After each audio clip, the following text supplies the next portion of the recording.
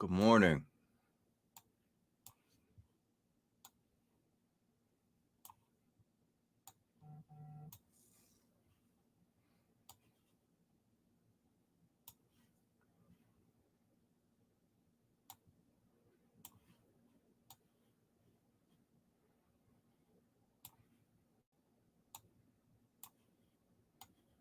Happy Tuesday. How was your day yesterday? Did you see the eclipse? What did you think? I'm glad it's over.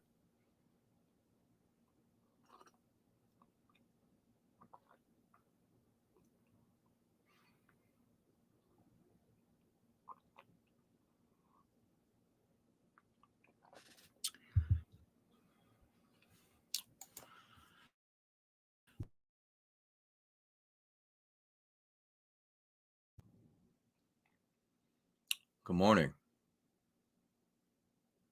Can you hear me? Looks like my mic goes off.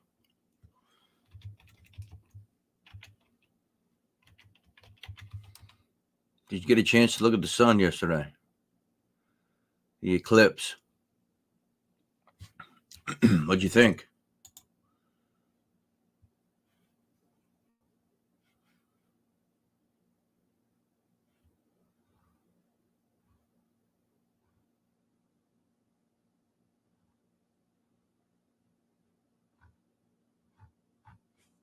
How's your week going? Can you hear me all right? Is there anybody out there?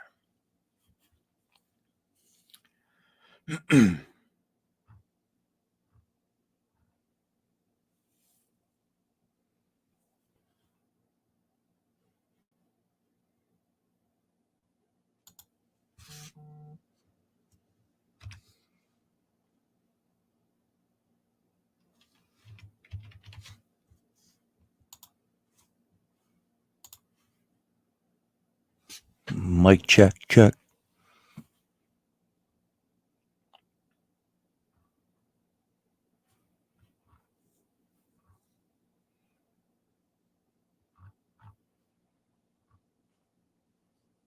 How's your week going?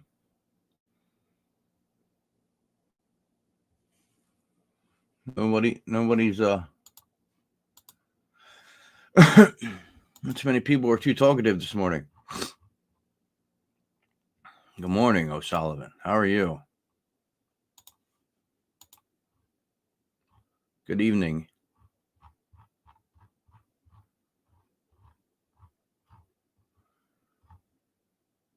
Did you guys read my poem I wrote? I'll read it for you. Living with mental illness. It's daybreak, lying in bed, wide awake, hoping today my mental illness gives me a break. I can't just lay in bed wishing the thoughts will leave my head, so I get up and take my meds. Even the pills don't take away the pain that kills and take the edge off the cliff. I don't want to jump, I just want to get over this hump that keeps holding me down. I don't walk around with a frown, so you don't even know I'm about to drown. My feet will never reach the bottom because I'm too tough. Life is rough, but I haven't had enough. I will win the battle and someday win the war. I will never stop because one day my wings will soar. There is so much more in store, and before they close my casket door, I will fight with everything in my core. Mental illness won't define me. One day this will all be behind me. Poems. Anybody else enjoy writing poems?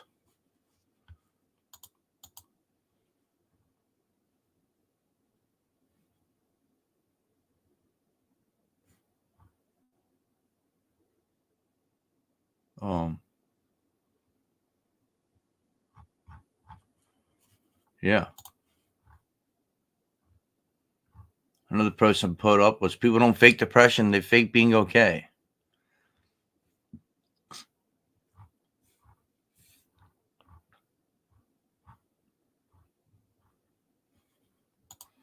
Morning, Michelle. How are you? What's going on with your work week?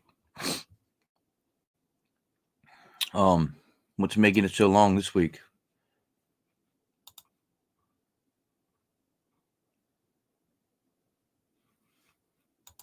Oh, so is it new for you? Good morning, William. Is it a new job?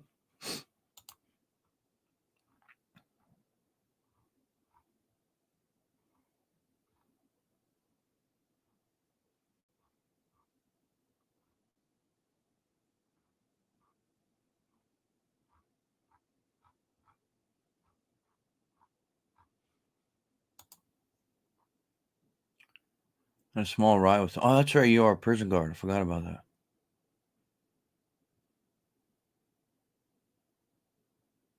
Yeah, I bet that could be Yeah, I can bet that. I bet that could be a little stressful. Yeah, I forgot you were a prison guard. Yeah. Wow. I mean, you think about it. The guards are always outnumbered, right? I mean, you're always going to be outnumbered.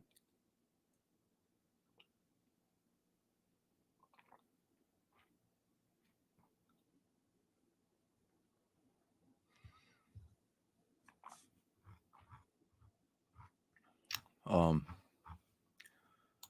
I'm gonna show you guys this documentary if I can find it. Yeah, you'll never be on top of that one, huh?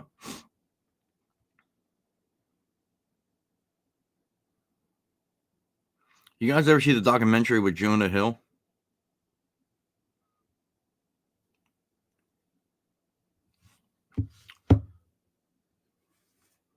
Hi, Heather. How are you? Yeah, did you ever see the documentary with Jonah Hill? It's called Stutz or Stutz. Um, it's pretty wild. I think it's very helpful. But all for 3 nights. That's good. How you doing, Wagner? How are you been? Um, so this is a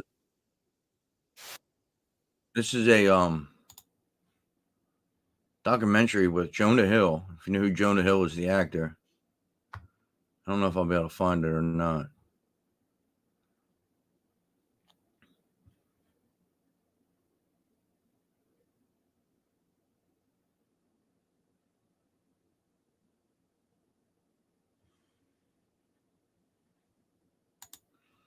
Hey, you see the YouTube info about Texas 7. Let me see if I can get a link.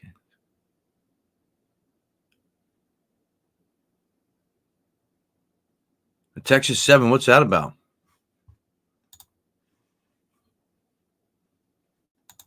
Yeah, I'm getting better today. I didn't really, when I woke up, I haven't coughed and had to blow my nose like crazy. I don't know. I think it's a little bit of a sickness, and I think it's my allergies. I don't know, man. It's kind of bad. Um, 45-year-old son that's homeless 6 years ago. He's in the heroin and fentanyl. I love him so much.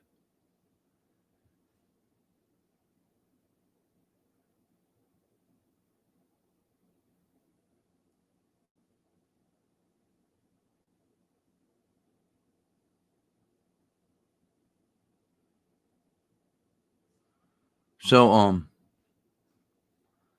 first off, sorry to hear about both. I guess they're both your sons, right? You said it's a brother. It doesn't mean it's your son though. Could be his dad's. He never struggled with any addiction until then. That's crazy.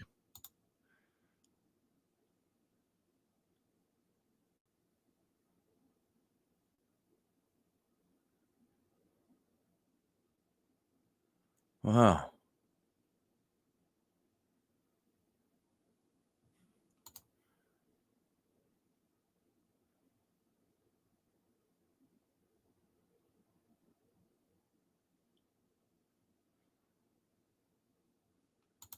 that's wild.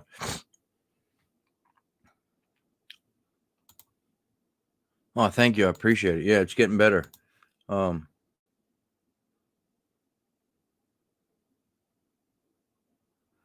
I don't know if I can be able to get this on YouTube or not.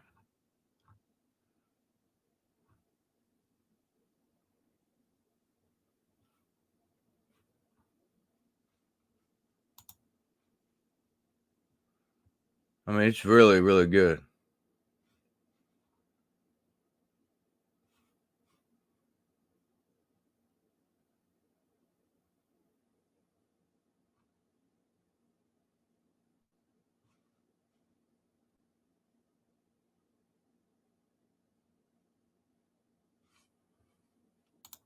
Good morning, Tammy.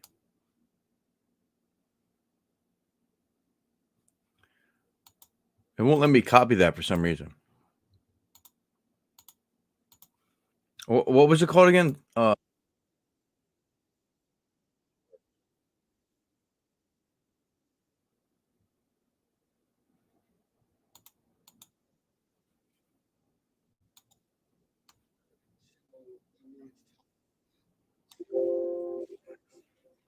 wish I could show you this damn. And let me show you a clip of this. That way you know what I'm talking about. Because I mean, this is powerful shit. That was Part X, and Part X was in my mind. And I wish I could.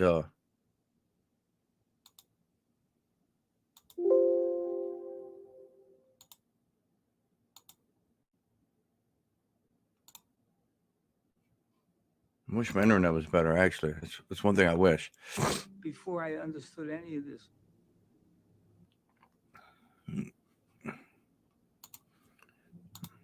So annoying.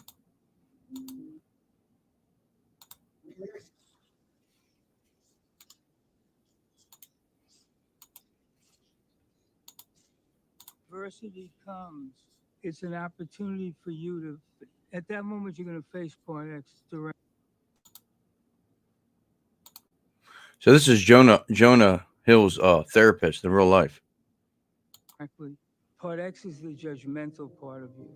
It's the antisocial part of you. It's an invisible force. I'm about to break this thing.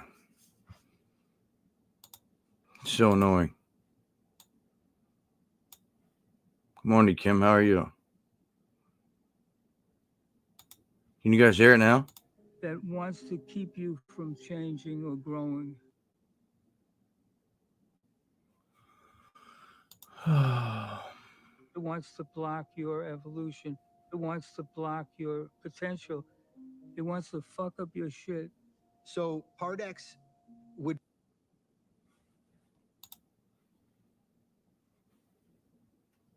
Ain't gonna work. Unbelievable. Good morning, Michael. That makes me mad.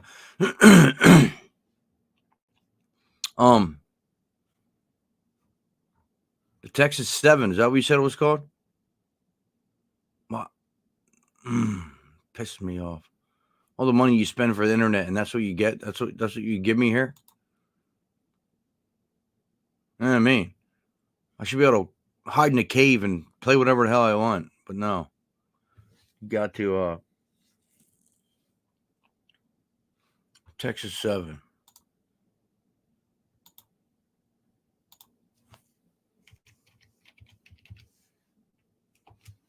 Man, that pisses me off.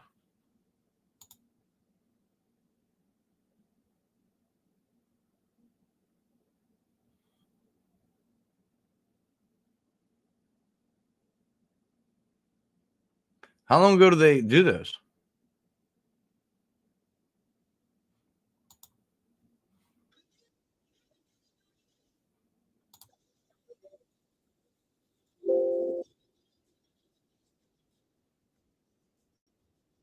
Wow, that's loud.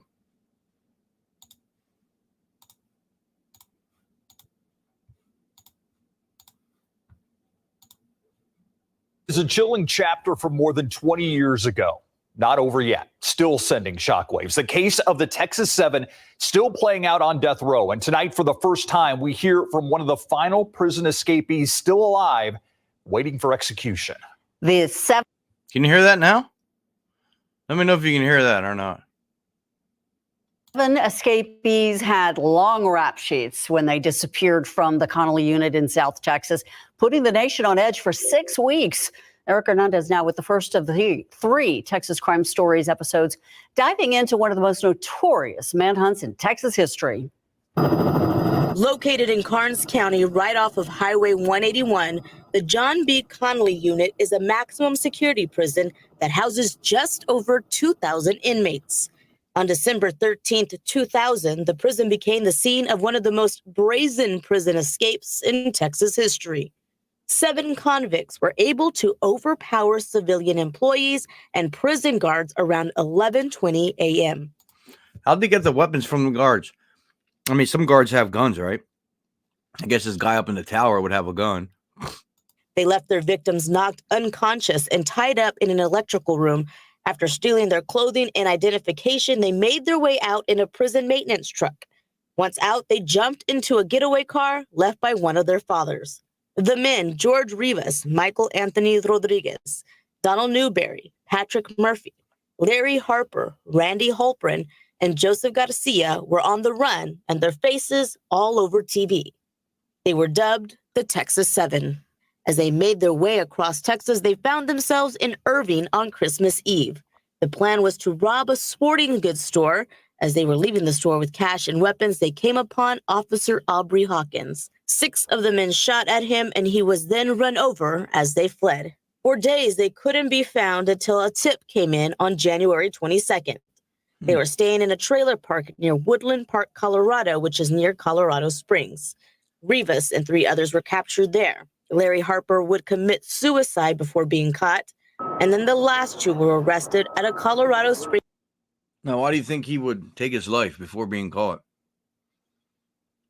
Obviously, being institutionalized wasn't what he wanted, or he couldn't handle it. For me, to be honest with you, if I'm doing life, I'm trying to escape.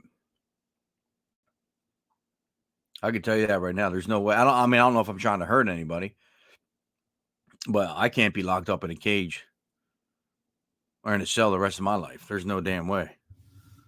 I mean, I'd have to. Yeah, you didn't want to go back. I'd have to.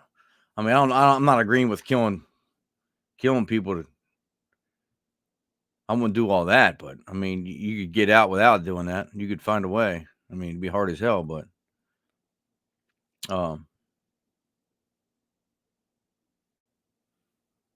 didn't hear what?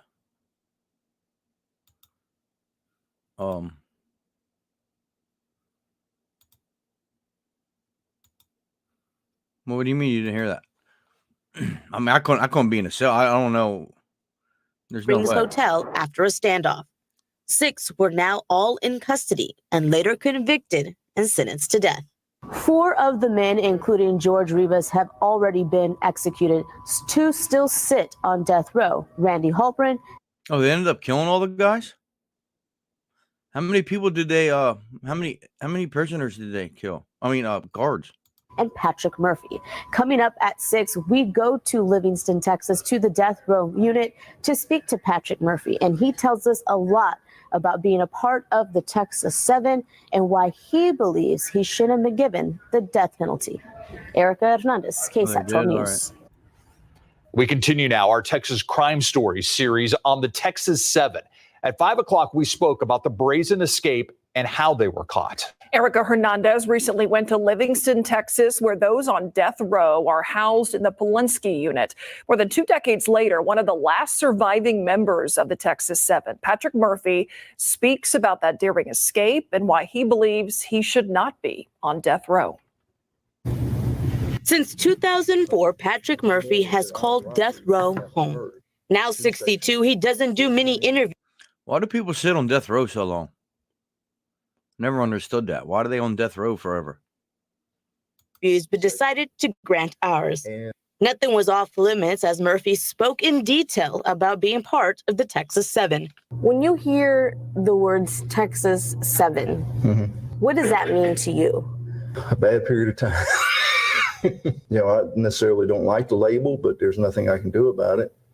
And that's what we were at the time. We were the Texas 7. Murphy spoke about how George Rivas was planning the escape. George Rivas was planning it for a long time. I probably became active in the planning in the last 6 months. So it was a very long, drawn-off plan. Did you think at the time that it was actually going to be successful? At the time, I did think it could be successful. But like everything, once you actually start in something, the plan goes out the window. The plan worked, and the group was on the loose for 6 weeks. The night Officer Aubrey Hawkins was killed, Murphy says he didn't take part in the shooting. In fact, he said he wasn't even with the other 6 when Officer Hawkins was killed. My role in that was strictly as a driver, and I was monitoring the radios, and I had warned them that there was a police officer in the area, and I actually told them to get out, to leave, but they didn't at that time. Because of the Texas law of parties by association, Murphy was given the same sentence as the others, the death penalty. Because capital murder was not planned, okay? But I don't feel that I should be eligible for the death penalty because of my role. Just because you didn't plan the murder doesn't mean you can't get charged with murder. It's called premeditated. Some are premeditated, some aren't.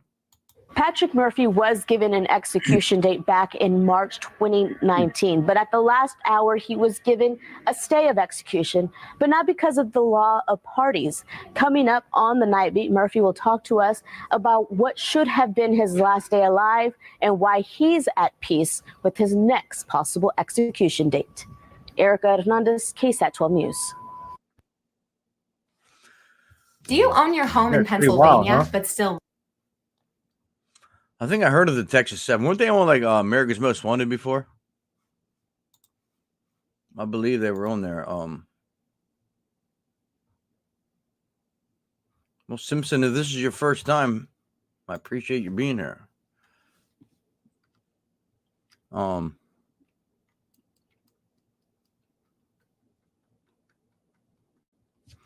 had something saved here, I think. It's kind of a slow morning this morning.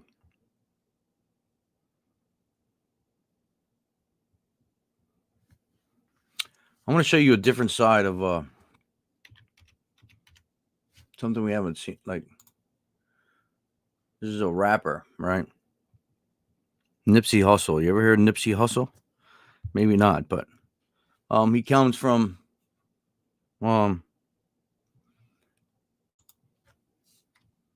Crenshaw, right? Which is in California. He was actually murdered out front of his business he had there. He was an up-and-coming rapper from the West Coast, right? But I came across his video yesterday, and his music is great. He was murdered at a young age. He would have been the next big thing, I believe, and just the way he thinks and the way he talks, and we all come from different backgrounds, right? So when he rapped, he told stories, you know what I mean? I don't know, it doesn't matter what music you like, but this guy's like an inspiration for people that came from his area, you know what I mean? He started a t-shirt business. That's actually what where he was out front of when he was killed. And he would have been something very special. I mean, he was special while he was here, but he's a very deep and intelligent man. So I don't listen to interviews of artists that had no value in what they say. Mm-hmm. I don't listen to music from people that I can't get no game from. Are you the smartest one in your team? Definitely not. I mean, he just admits right there. This guy's intelligent as hell, and he's definitely not the smartest. You know why he's not the smartest? Because he's smart. And that sounds stupid, right? He's not the smartest because he's smart. You surround yourself with people that are smarter. What are you going to do every day? You're going to learn. Be the dumbest one. Name of the brand obviously is a marathon. It just stands for endurance. It stands for staying down. It stands for like not quitting, accepting the ups and downs of whatever game you commit yourself to and riding it out, because that's the reality of success or greatness, that it come with a roller coaster ride. I think that anybody could apply the marathon concept to what they do, if it's sports, if it's fashion, if it's music, if it's hustling, whatever. You on a marathon, you know, so you gonna lay in the bed you make. You're not gonna get away with nothing in terms of the energy. You know what I mean? You might beat the camera or the police. They might not catch you for what you're doing, but the energy is always gonna return to you. So when you just living in this cycle of being negative all day and just The reason I love this dude and guys like him is because we all come from different backgrounds, right? And we all put in situations, right? He made a decision to better his life and be the man he was, you know? So, I mean, we can sit here and use excuses all day. You know, I grew up in I didn't grow up poor. I grew up like this. I grew up like that, you know, whatever. But you still have a decision to make, right? You still have a path to choose, right? And he's proof that if you choose the right path, anything's possible. And it wasn't out gangbanging. He was murdered out during the day out front of his own business. You know what I mean? You know why? Probably because of some other dude that was jealous of him. Didn't want him to come up, you know what I mean? Didn't want him to do what he was doing. And that kind of shit happens, you know? I mean, was he in a gang? I don't know. Someone could research that. I don't know if he was, yeah, he's a good dude. Was a good dude, but, he might have been a Crip, but I don't know how that goes. I mean, the West Coast, I don't know. I'd have to look that up. putting out negativity and that's the only energy you putting out, it's gonna return to you in a different form than you put it out in. So I would just say, you know, master your energy. Do your best to master your energy and what you put out, you know, and unless that's what you want, you know, because you entitled to whatever you want to create, whatever experience you want to create for yourself. But if you're tired of that shit, adjust the energy. You know what I mean? As best you can. Just adjust what you wake up thinking and what you say. And then lastly, what you do. And that's not an easy thing to do because it's such a pressure in these areas to just go by the way things are. But, you know, it's a lot of examples that you could look up to as young kids in the streets. You could look up to Kendrick Lamar. Not the words, forget what he's saying, just where he came from. I seen him, you could YouTube him freestyling in the Nicholson Garden Projects. You could look up to a Nip Hustle.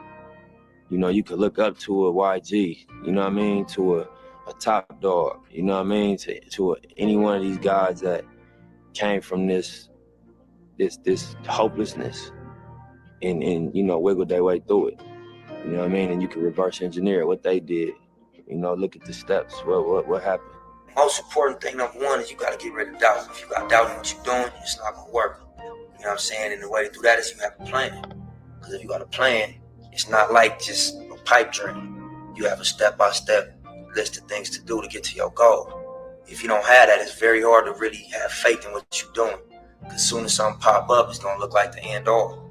But if you got a game plan of everything you need to do, you know, one thing pop up, well, I still got to do this, and that, so this ain't going to stop me.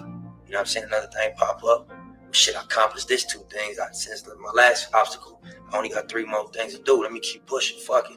Pretty soon you attain your goal, and then you create another one. But without a game plan and without a strong sense of faith in what you're doing, it's going to be real hard to accomplish anything.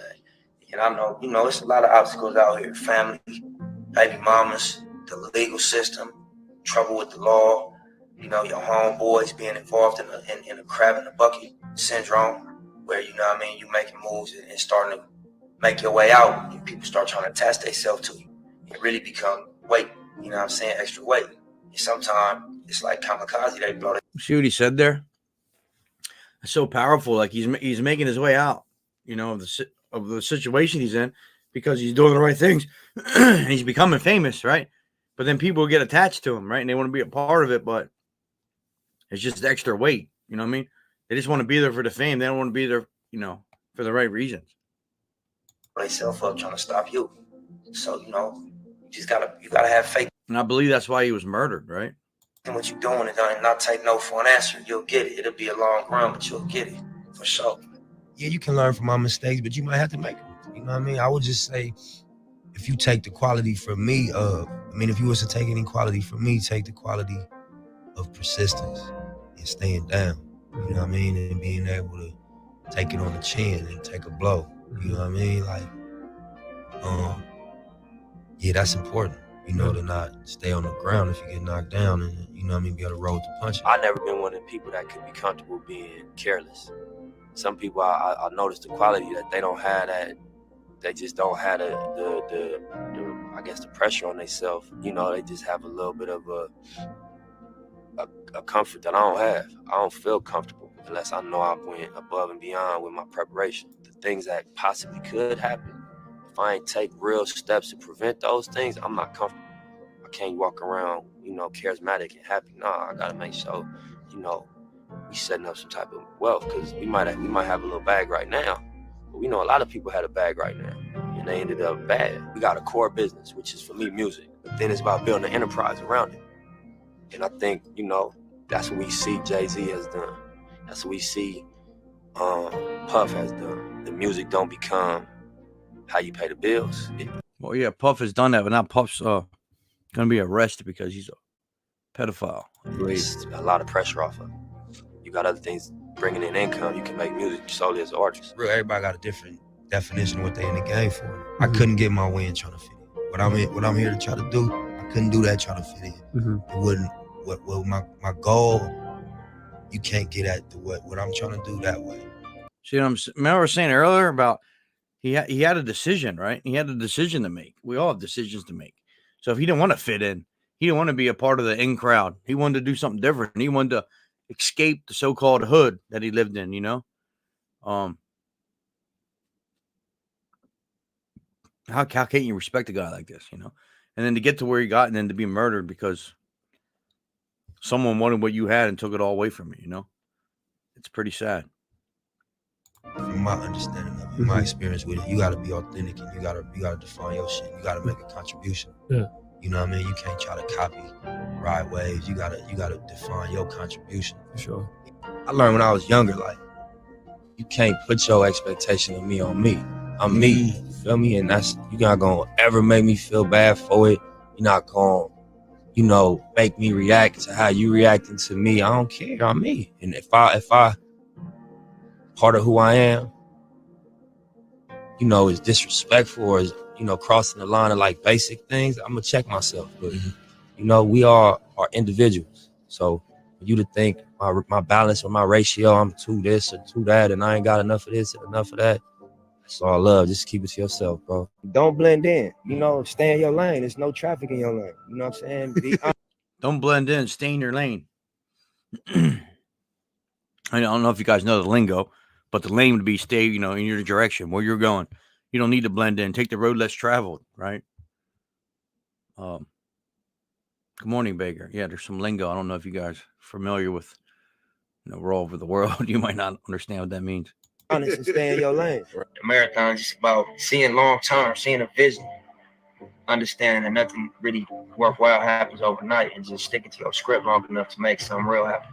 Laying a brick every day instead of trying to build a brick wall. Just lay a brick every day. Eventually you look up, you gonna have a brick wall.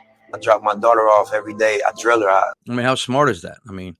To some it might just be like common sense, but yeah, you lay one brick at a time. You build the foundation. You work your way up. You go one step at a time, not the whole staircase. To some of you might be like, oh no, duh. But this guy, for where he grew up, what he overcame and shit, it's pretty cool. Every day at school, when I take her to school, we have a little combo we had before she got the car, and she gets sick of running the script for me, but I pound it in her head. Like, what is integrity? Integrity, doing the right thing when nobody's looking. All right. Are you a leader or a follower? I'm a leader. What's the difference? Think for myself. All right. Do you have confidence? Yes. What's confidence? Believe in myself. That's our script every morning. And regardless, she can really embrace those ideas right now. When she get older and do an evaluation of what the message that I wanted her to receive direct, she's not gonna forget that's what my dad thought was really important. Yeah, but you see how he instilled that in his kid. Start at a young age, you know. Teach them confidence, respect. It's very important at a young age. And then that's wired in your brain, you know, not to give up, do the best you can. And it's sad that he's not here no more. And hopefully, you know, who knows what she'll turn out to be. The integrity, the leadership, and the confidence. There's no one answer to how you change the hood or change the reality of what goes on. But what you gotta think about is when you don't have resources, you in survival mode. You know, so being in survival mode automatically rules out a lot of things because you don't care about morality, because you don't experience morality. You experience, you know, the need to survive. You don't experience, you know, fairness. You don't experience planning for the future. You just experience my ribs touching. You know what I mean? And it's better me than you. And, you know, it's a survival instinct that kick in. So I think once you get out of that survival mode, your morals come back closer to your daily decision making. You start thinking about what's right, what do I believe in. But until you get out of survival mode, you ain't got time to be worrying about right and wrong. You worrying about bottom line. You know what I mean? By any means necessary. So I think that economics is the answer. Empowering people economically is how you really, really impact. But I don't know if it's about dropping a bag of money in the hood. I think it's about impacting culture in a way that, you know, the mentality changes. I think like you get people out of survival mode, they start thinking different. I did, you know, when I figured out, you know, how to get myself out of the situation, my approach to life and people was different. I wasn't so angry. I didn't have my guard up. I wasn't so aggressive. I wasn't so, you know, expecting, if you ain't helping me, fuck you. That wasn't the mentality no more. And I can't blame nobody, you know what I mean, that's thinking about how they gonna pay their rent or like going through not having food at the house, being young and having to go outside to hustle to feed themselves with school clothes. That's gonna change people. That's gonna make you feel away. And you can't fault them. You just gotta kind of empathize with the scenario and understand you put a person in survival mode, they're gonna survive by any means. You know, I was always a hustler. So when I talk to a young dude, I'm like, bro, my advice to you is gonna be money advice. Bro, get you some money, you're gonna feel different. All that other advice I could have gave you, this is the short version. You know, get you a couple dollars, man, you're gonna feel different. You know, I be juggling. You know what I'm saying? I juggle a lot. I play a lot of positions. You know what I mean? So my mentality when I do start to be like, damn, this is a lot, you know what I'm saying? It's just like, you know, that's what it's supposed to feel like. If you are going toward what the vision look like, and that's like greatness. That's, you know, on multiple levels. That's the vision that I'm working toward. So I'm like, I just think about that. Like, this shit ain't supposed to feel, you know, comfortable. It's supposed to be uncomfortable. It's supposed to stretch you. It's supposed to be a burden to a degree. And you gotta, you know, wrap your mind around that and accept it and embrace it. And you catch the wisdom off of that. You know? Words is powerful, you know? And I think that the ability to articulate, you know, you can really impact people. I think as human beings, everybody has a natural gift and a natural passion, but then you go outside and you get influenced and you feel pressure from what's going on outside. And so, you know, I read one time, like, would you rather be at war with yourself and at peace with the world, or at peace with yourself and at war with the world? And that was powerful for me. Move. Yeah, Michelle, I've seen that one about making your bed. It's the most important thing of the day, right? You want to change the world? Start by making your bed. First thing you do in the morning. It's first goal achievement. The first task is finished. I'll play it though, yeah. I found that very powerful. He was a Navy SEAL. Talks about teamwork. Talks about discipline. And what starts here changes the world. It's it's pretty deep. I'm gonna play it, so I'm gonna get some coffee. World. I have a few suggestions that may help you on your way to a better world. And while these lessons were learned during my time in the military, I can assure you that it matters not whether you ever served a day in uniform. It matters not your gender, your ethnic or religious background, your orientation, or your social status. Our struggles in this world are similar, and the lessons to overcome those struggles and to move forward, changing ourselves and changing the world around us, will apply equally to all. So here are the 10 lessons I learned from basic SEAL training that hopefully will be of value to you as you move forward in life. Every morning in SEAL training, my instructors, who at the time were all Vietnam veterans, would show up in my barracks room, and the first thing they'd do was inspect my bed. If you did it right, the corners would be square, the covers would be pulled tight, the pillow centered just under the headboard, and the extra blanket folded neatly at the foot of the rack. It was a simple task, mundane at best, but every morning we were required to make our bed to perfection. It seemed a little ridiculous at the time, particularly in light of the fact that we were aspiring to be real warriors, tough, battle-hardened SEALs. He's still a Marine. But the wisdom of this simple act has been proven to me many times over. If you make your bed every morning, you will have accomplished the first task of the day. It will give you a small sense of pride, and it will encourage you to do another task, and another, and another. And by the end of the day, that one task completed will have turned into many tasks completed. Making your bed will also reinforce the fact that the little things in life matter. I know, you're right. If you can't do the little things right, you'll never be able to. I just Googled it. A Marine cannot become a Navy SEAL. There's no process for that. Now, that is not to say that Marines cannot leave the Marine Corps and become, so he could be both. Do the big things right. And if by chance you have a miserable day, you will come home to a bed that is made. That you made. So true though, right? And a made bed gives you encouragement. It's the little things in life. Like, you got some people might laugh at this, like, making your bed, what the fuck's that? You know what I mean? Blah, blah, blah. But once I listened to this, you know what I started doing? I mean, this is years ago. I mean, I as a kid, I was told to make my bed. You know what I mean? My mom was very detailed about that shit. OCD, you could say.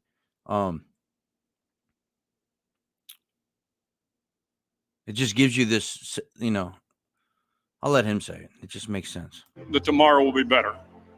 So if you want to change the world, start off by making your bed.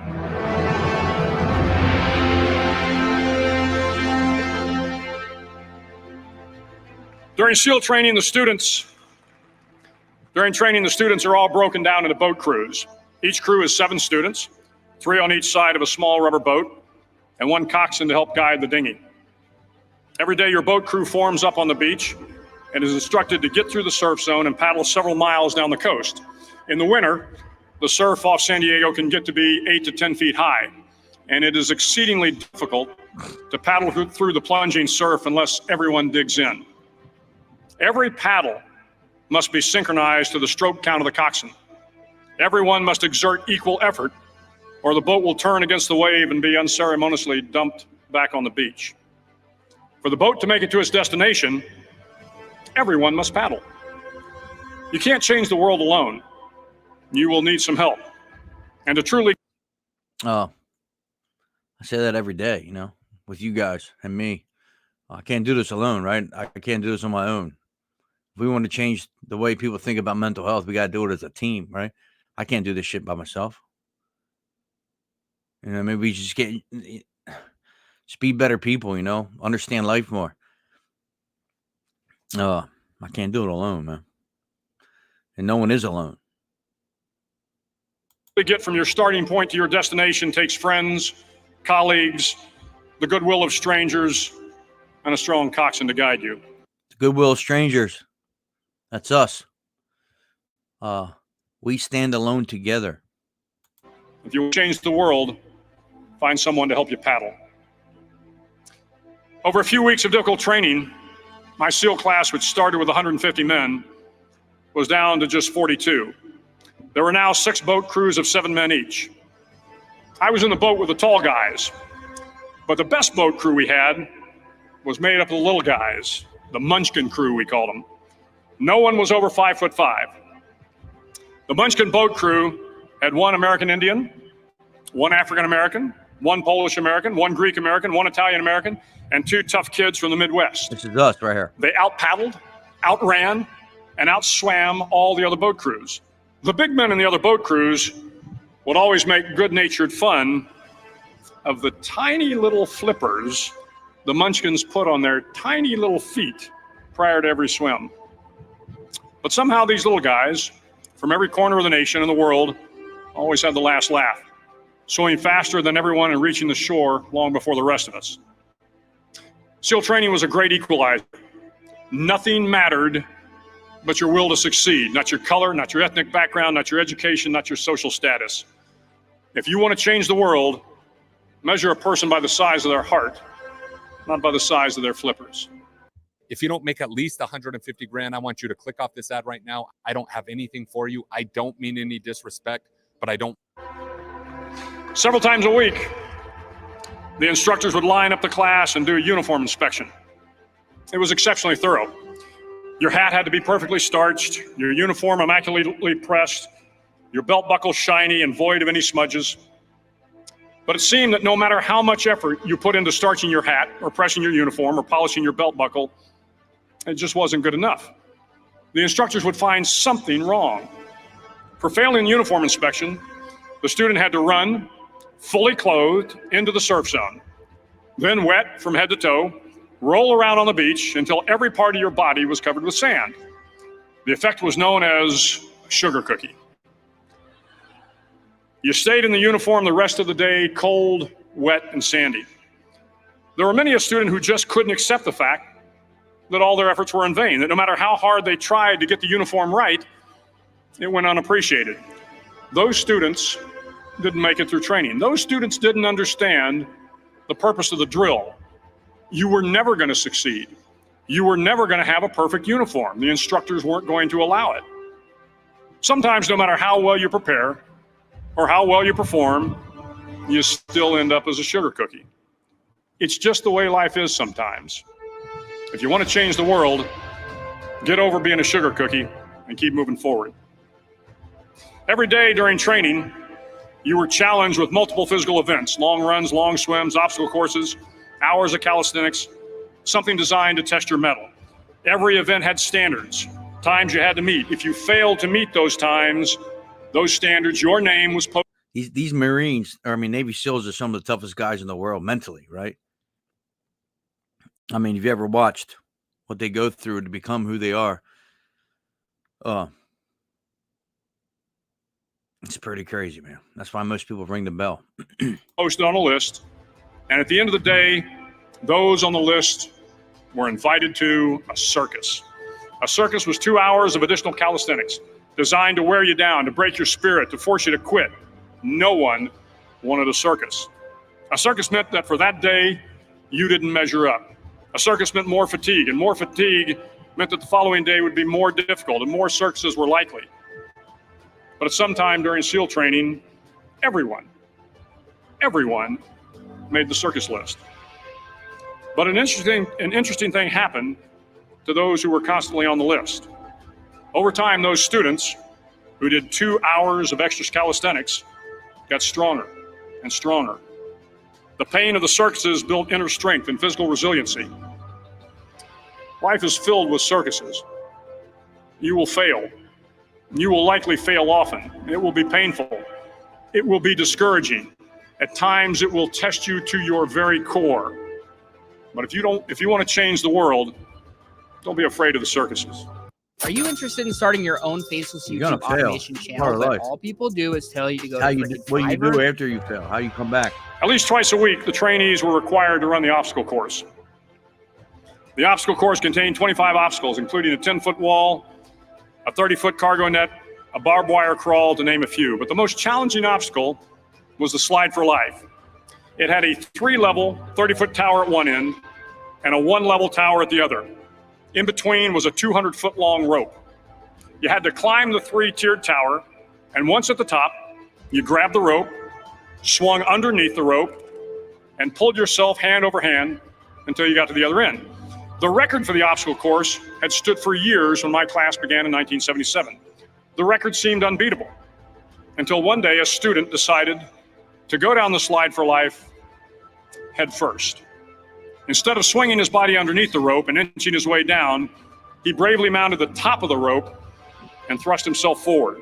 It was a dangerous move, seemingly foolish and fraught with risk.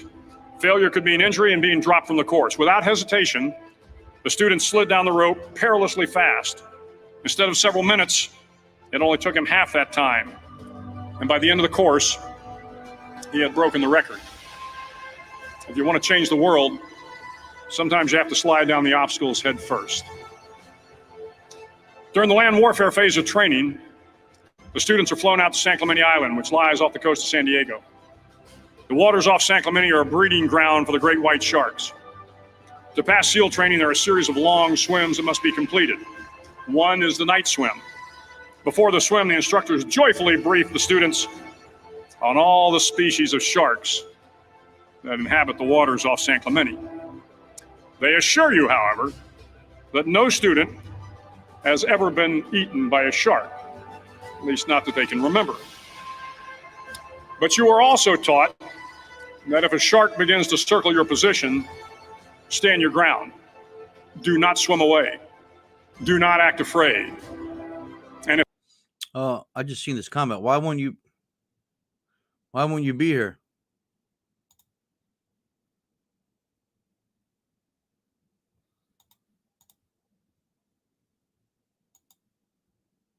the shark, hungry for a midnight snack, darts towards you, then summons up all your strength and punch him in the snout, and he will turn and swim away. There are a lot of sharks in the world. If you hope to complete the swim, you will have to deal with them. So if you want to change the world, don't back down from the sharks. As Navy SEALs, one of our jobs is to conduct underwater attacks against enemy shipping. We practice this technique extensively. Oh, why won't you be here? Sorry, I missed this.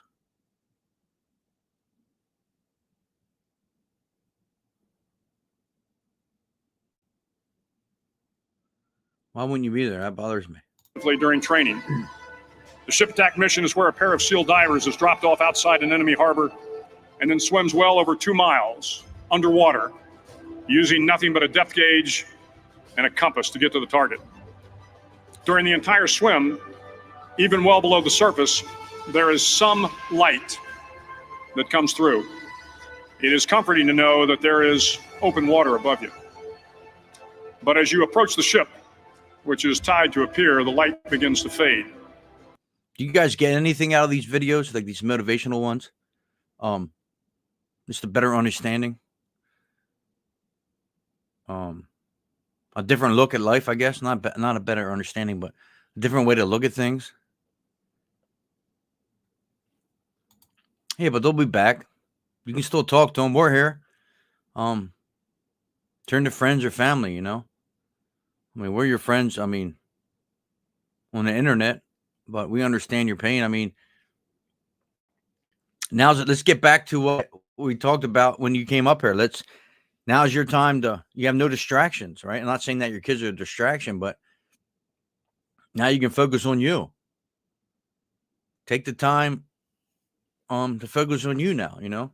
Remember how I said that and it was like an aha moment for both of us, kind of.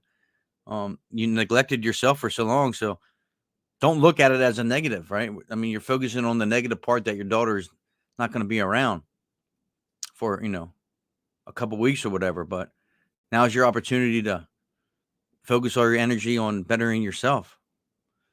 Look at the cup half full, instead of half empty. Yeah, for sure. Some people might not get the message though, The steel structure of the ship blocks the moonlight. It blocks the surrounding street lamps. It blocks all ambient light. To be successful in your mission, you have to swim under the ship and find the keel, the center line, and the deepest part of the ship. This is your objective. But the keel is also the darkest part of the ship, where you cannot see your hand in front of your face. Thanks for your where service. The noise from the ship's machinery is deafening, and where it gets to be easily disoriented, and you can fail. Every SEAL knows that under the keel, at that darkest moment of the mission, is a time when you need to be calm, when you must be calm, when you must be composed, when all your tactical skills, your physical power, and your inner strength must be brought to bear. If you want to change the world, you must be your very best in the darkest moments. The 9th week of training is referred to as Hell Week. It is 6 days of no sleep, constant physical and mental harassment, and one special day at the Mud Flats. The Mud Flats are an area between San Diego and Tijuana where the water runs off and creates the Tijuana Sloughs, a swampy patch of terrain where the mud will engulf you. It is on Wednesday of Hell Week. If you ever been there, I've been over there on the island. My mother-in-law lives in San Diego. We went over the Granada. I think I'm saying that's right. But you're not even allowed to swim in the water because of the shit that comes from Tijuana, like all the sewage and I guess wastewater. There's actually signs up that say do not swim in the water. And this base is right there on that island. Let you paddle down to the Mud Flats and spend the next 15 hours trying to survive this freezing cold, the howling wind, and the incessant pressure to quit from the instructors. As the sun began to set that Wednesday evening, my training class, having committed some egregious infraction of the rules, was ordered into the mud. The mud consumed each man till there was nothing visible but our heads. The instructors told us we could leave the mud if only 5 men would quit. Only 5 men, just 5 men, and we could get out of the oppressive cold. Looking around the mud flat, it was apparent that some students were about to give up. It was still over 8 hours till the sun came up. 8 more hours. So tired of feeling mean.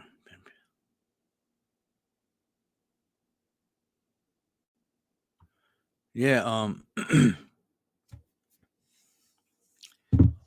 try to find it. I mean, I know it's hard, but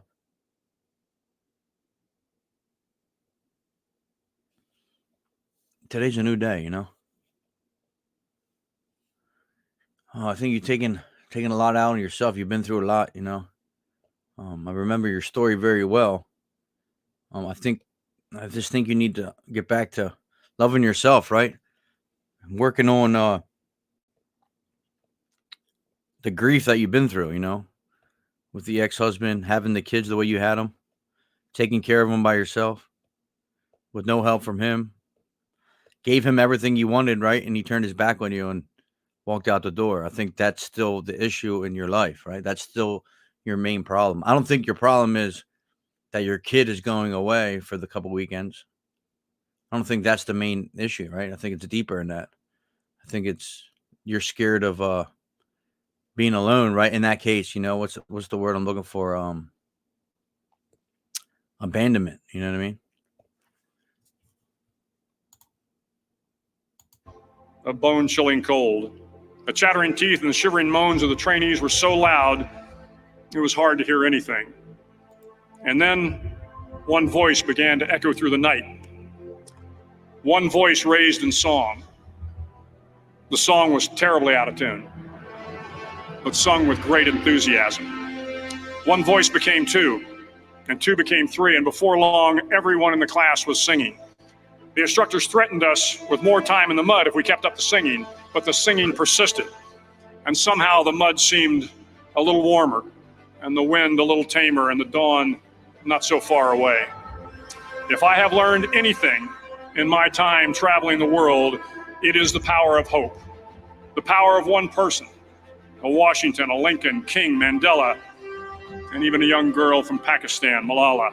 One person can change the world by giving people hope. So if you want to change the world, start singing when you're up to your neck in mud. Finally, in SEAL training, there's a bell. A brass bell that hangs in the center of the compound for all the students to see. All you have to do to quit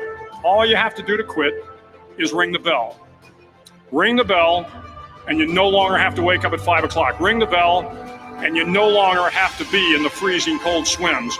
Ring the bell, and you no longer have to do the runs, the obstacle course, the PT, and you no longer have to endure the hardships of training.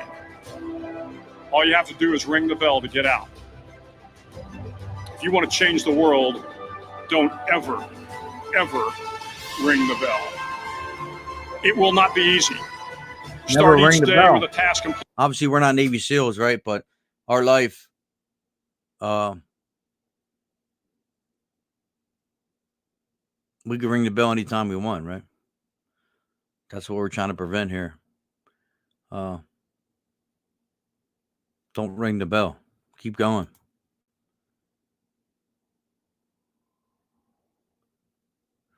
There's no reason to give up. You can get through this. I promise you that.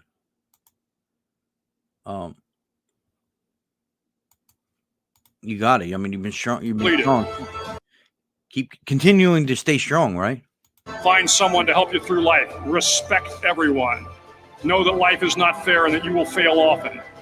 But if you take some risks, step up when the times are the toughest, face down the bullies, lift up the downtrodden. Anyone else have some advice for her? If you heard her story, it's tough, man. Any other women that's been through something like that? And never, ever give up. If you do these things, the next generation and the generations that follow will live in a world far better than the one we have today. And what started here will indeed have changed the world for the better. I just thought of something.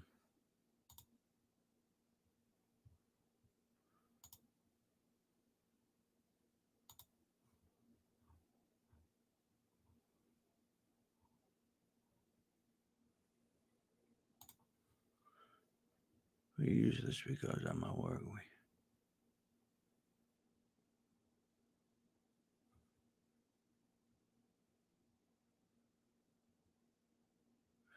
Yeah, I mean, at the end of the day, I mean, when you're working like that, in any kind of situation where there's more in you, right? If you're not working by yourself, it's team, right? It's teamwork. You're all part of the team, and you're all part of the. You each have a part to do to keep the engine running. You know what I mean? So to get back to that,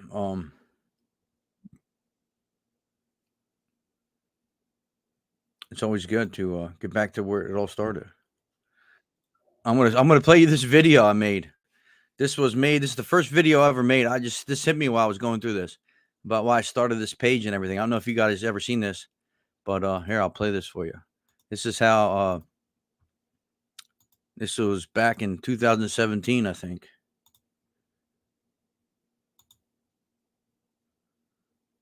Hopefully it plays, all right?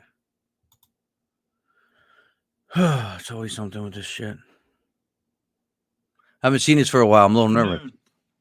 For those of you who don't know me, my name is Travis Oswald. I want to play, man. Why is this thing such a joke? Good afternoon. Other video had no problem playing, right?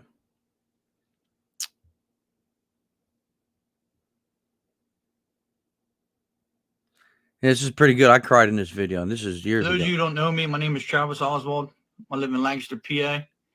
I started a Facebook page in memory of my friend Sean Platt, who took his life after dealing with a lot of mental illness and depression and anxiety.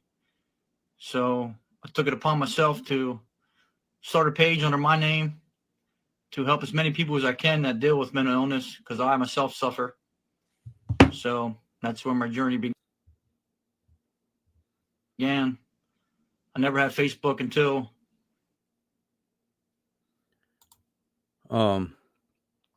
yeah.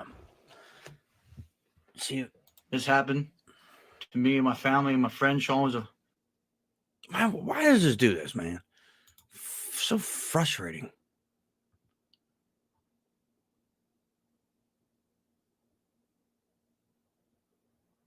Family friend and a friend to a lot of people.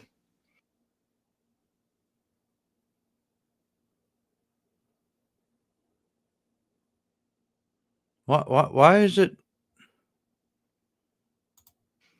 So I started the page under my name, Travis Oswald, so I could reach as many people that knew me and make friends that way through Facebook.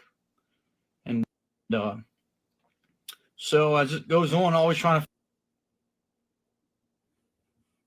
I'm gonna try it again. Bear with me. Yeah, it's so strange to watch that video. I mean, you figure that video. How old's that video? 2017. I just posted it to Facebook like a year ago, but I know one thing. This internet is a joke. I want you guys. Yeah, I know it's so annoying, man. I feel like an ass because I try to make it run smooth here. I can't even play a damn video. I need the one.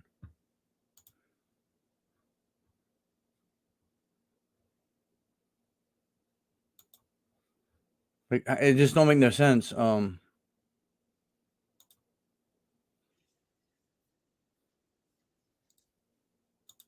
gotta present it, and I think when I present it here, she's visiting family in California.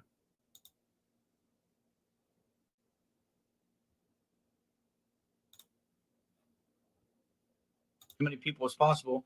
So I started a new page called Mental Illness. You son of a bitch.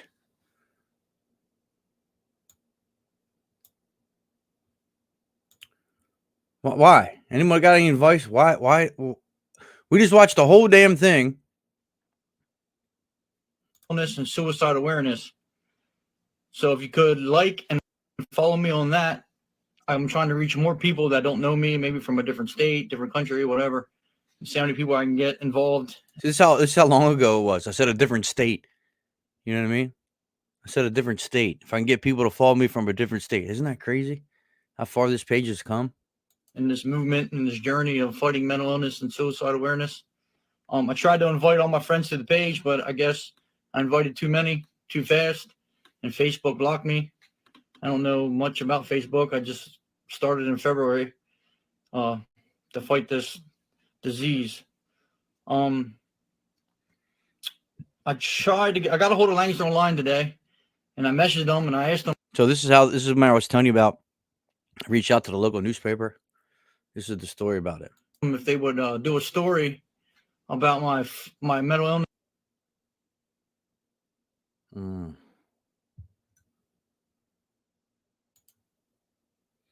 This fight and suicide awareness, and I explained to them. So annoying. And be patient. That's one thing I don't have. I appreciate you, Baker. So are you. That one to get more people involved. Well, the lady wrote back and she said, at this time, we will likely not do a story on this because there are a lot of Facebook pages out there and we need something newsworthy about it. And it pissed me off. So I had to film myself doing this right now. I don't like to be on the camera. This is never about me. It never was about me. It was about mental illness. What's so cool is I still say this shit today, right? This is 7 years ago. So I stand in my truth. Now, this is proof that I'm not up here bullshitting you. This is like one of the first videos I ever made. I don't need my 15 minutes of fame. If I want 15 minutes of fame, there's 100 other ways to get fame. But this is about my buddy Sean Platt and everyone else who suffers with mental illness. Yeah, I suffer too, but it's not about Travis Oswald. It's bigger. It's bigger than a lot of things. It's bigger than anyone can imagine. And it pisses me off that it's not worthy. We're not worthy? People ain't worthy? So I went through their page and to see what kind of news they had on there. And it says, the one thing I found was trucker charged with 10 deaths in immigration scandal or smuggling. I'm sorry. Immigration smuggling. That's not normal. I mean, sounds like a mental illness to me if you're smuggling dead people. Man serves 7 to 14 years in prison for sexually assaulting and choking former girlfriend. Nah, something's not right with him either. Mount Joy woman stabs boyfriend. That's a mental issue. Youth Intervention Center staff are charged with sexually assaulting 2 girls at facility. That's not normal. That's definitely a mental issue.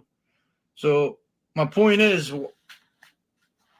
what are they scared of? Like mental illness and suicide isn't a real thing, ain't a real issue. Well, it is a real issue. It is a real thing. I live with it. I know a lot of people that live with mental illness. It's definitely a true, real life story. And when you lose somebody to a fight, it's not fun. It's not fun to go through this. I wish I never had to make a Facebook page about Sean Platt and struggles people have with mental illness. Well, I did, and this is why I fight. Right here. So please like and follow my new page, and let's reach as many people as possible. Thanks. Yeah, sad.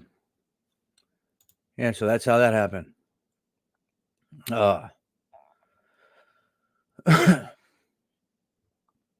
That's a tough one. Yeah, so that was like the first video I ever made, man, and that's come a long way. But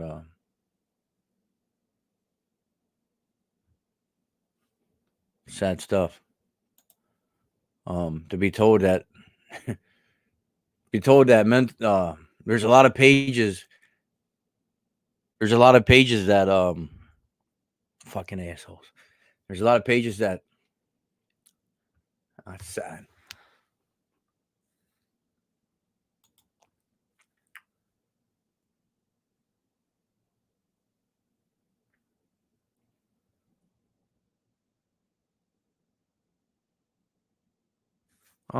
It's fucked up.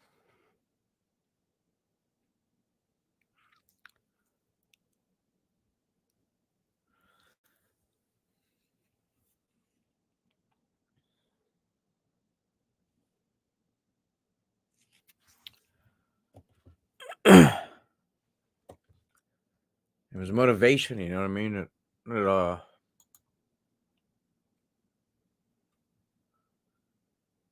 internet can be a bad place.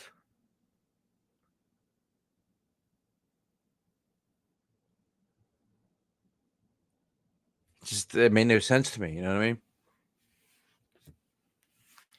They said wasn't important, right? But everything you read on their page, it was like obviously these people aren't right in the head, you know what I mean? Like you don't just go stab your boyfriend. It didn't fit their narrative, you know what I mean? It's fucked up. But here we are.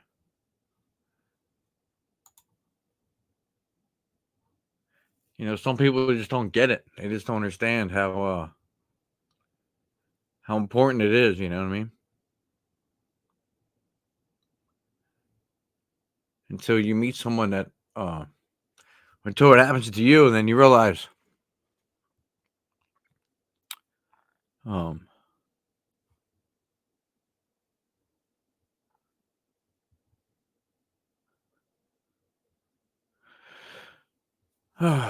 yeah, let's go to something else.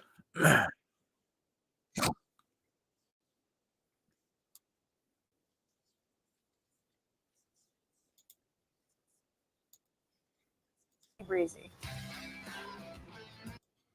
How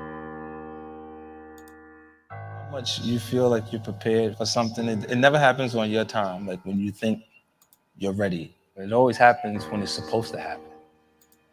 Because the period that you feel ready and people are not acknowledging the material the way you feel like they should because it's good, is the time that you actually develop skin thick enough to survive when it does work.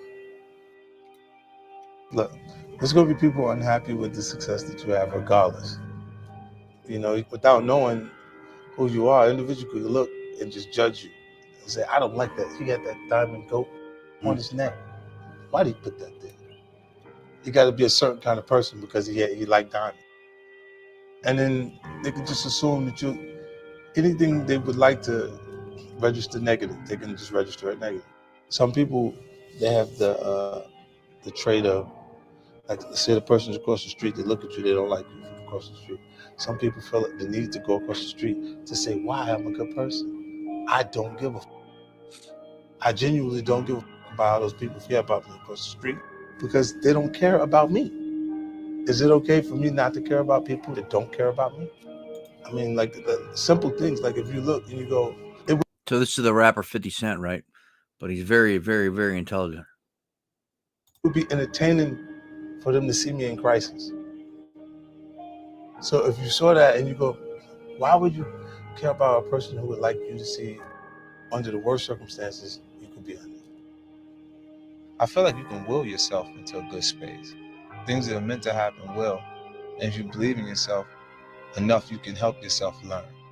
You can inspire yourself in different ways where you can actually discipline yourself, to the point that you can become good enough. Like from 97, like when I started writing, it was full time. Like every day I was writing music because I had no choice. If I was going to stop hustling, then how was I going to provide or continue the lifestyle that I created for my son's mom, my son, and myself? So I was ready in 97. And I didn't have a major record company marketing to promote my project till 2003. I will rise. I kind of just clicked on that one to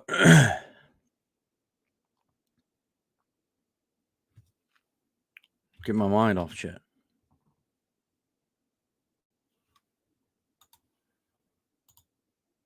No, but yeah, he is really intelligent, if you know who he is. But if someone requests something, I like to. Is it Chris Tomlin? No, that's a song.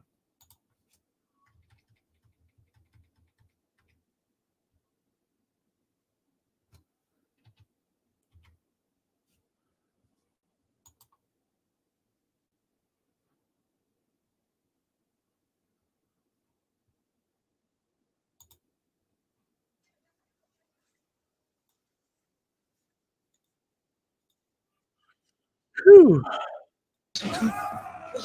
Whoa, don't overthink it. Let's go shopping. Anyone impressed with how fast that was? It's been a long time coming, but I'm back. I'm back. I'm stronger. I am willing. This one? And I'm ready to fight. I might be wounded, but I will not be defeated. In spite of everything that I've been up against, I will rise. This is a time for redemption. Redeem yourself. Get back in the fight again. The greater the challenge, the greater the reward. Focus on the opportunities that are available to you. Yes, things have happened in your life. Yes, not getting the outcome you expected hurts. Yes, you have been beaten a few times in your life, but being beaten doesn't mean that you're done. Yes, having to pick yourself up after being knocked down is hard, but those are just temporary moments. Those are temporary moments that you will get through and bounce back from. You got to turn it up, and you got to turn it up right now. In this very moment, you have the power to shift your energy. You have the power to shift your thoughts. You have the power to shift your results. You must be willing to stand up, to fight as hard as you can, to understand within yourself that purpose must be fulfilled within you. Redemption is at hand. You have more power than you realize. It's all up to you. I need you to repeat after me. I will rise. No, you have to say it like you mean it. I will rise.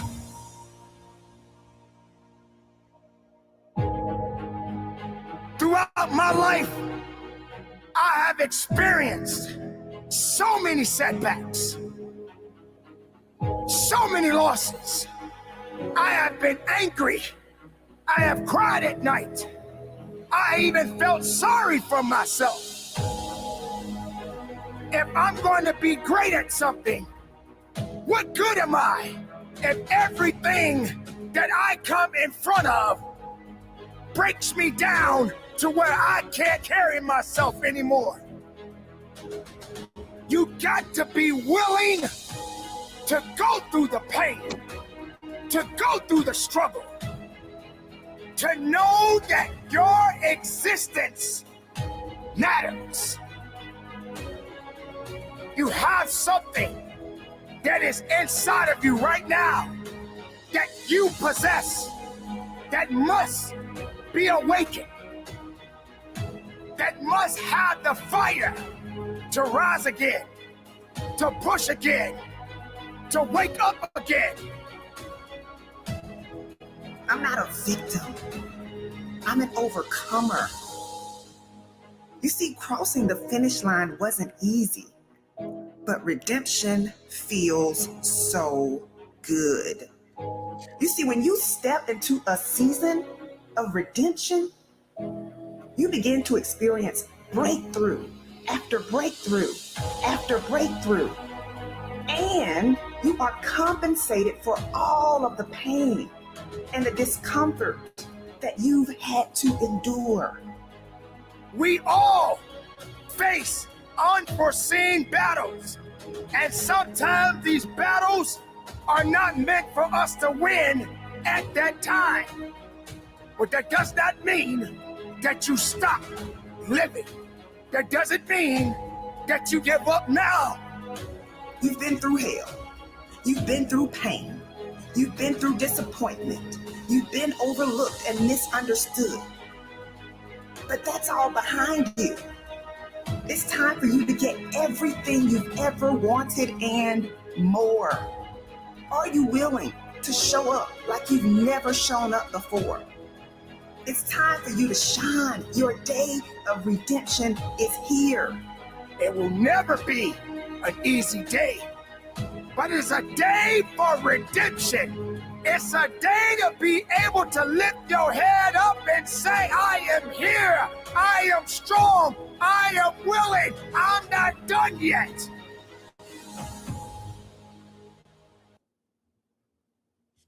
Dad, don't forget about my new cleats. Sweetie, I can't make it to Dick's this Is it week. over? Have you heard of Dix.com? Sorry, I was Have I heard of Dix.com?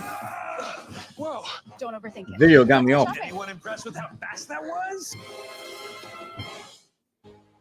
No, it's not over yet. If you are feeling down, snap out of it. If you are feeling unmotivated, We know it's not that easy, right? To just snap out of it, but snap out of it. You have to rewrite the story you've been telling yourself so that you can step into a new level of abundance. You have to say it until you feel it. You gotta say, I will rise, until you literally see yourself rising above all the doubt, all the worry, and all the stress you've been under.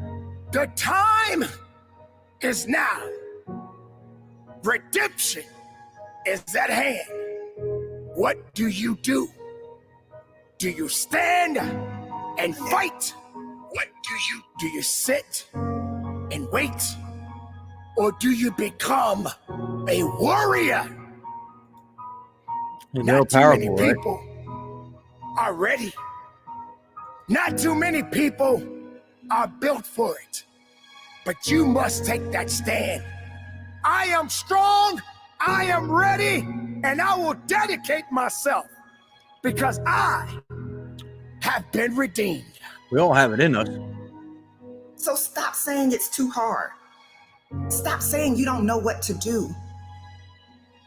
It's time to change your inner conversations. It's time for you to go back and get everything that was taken from you. It's time to go back and recover your losses. It's time for you to rise up. It's time for you to get up. It's time for you to go higher, go faster, test your limits. I will not give up. I will not quit. I will live this life through all of the heartaches and pains. and I will continue on until my last breath.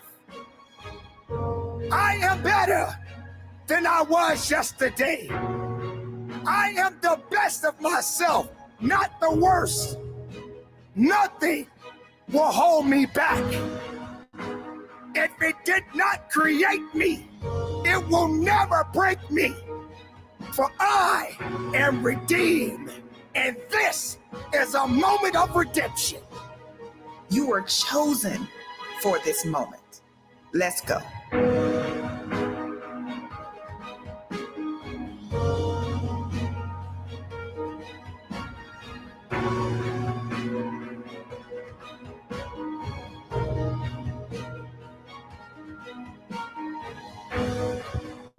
That's good stuff. I was kind of in and out of it there. There's a lot on the brain now. I haven't watched that video in a while. The one I posted on myself, and it's kind of amazing how far we have come. You know, at that point, I was just inviting friends from my personal Facebook page. You said it, you can hear in the beginning, to come join this page. And it's been a journey, man. I never thought it would get like this. I never thought this many people struggled. I never thought I'd be up at 4 or 3:40 every morning talking to people over the world and trying to make a difference. You know what I mean?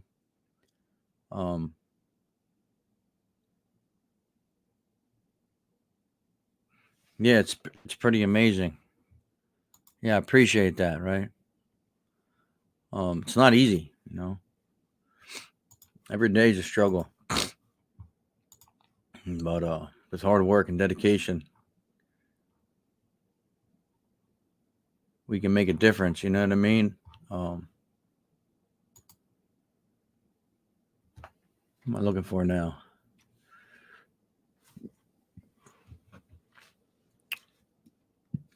Yeah, it's been interesting, you know. No, it isn't easy to snap out of it. Depression is bigger than me and kicking in. I don't know if it's enough to tap. Yeah, I mean, you can do this, you know. You did it before. I think you just got to focus on you for once, you know what I mean? And get back to what makes you happy. You know, you've been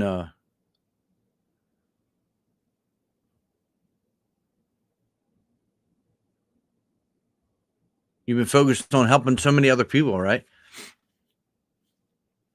Sometimes you forget about yourself. And that's not a good thing.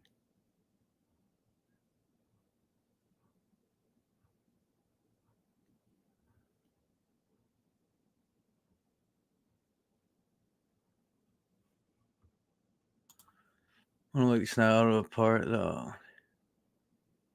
Yeah, I mean, you know,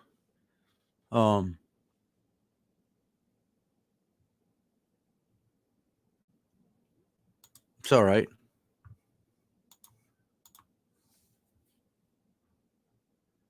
I mean, you can look beyond that, right? You can look beyond that part of it.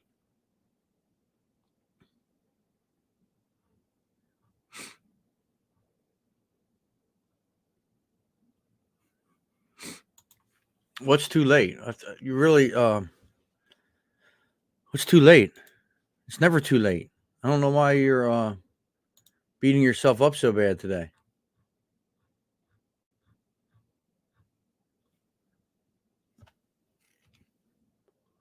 Why is it too late? It's never too late.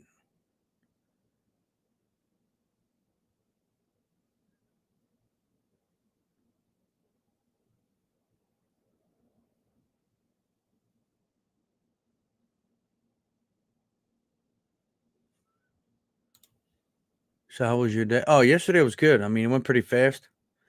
I'll tell you something funny. You won't ever guess what I did yesterday.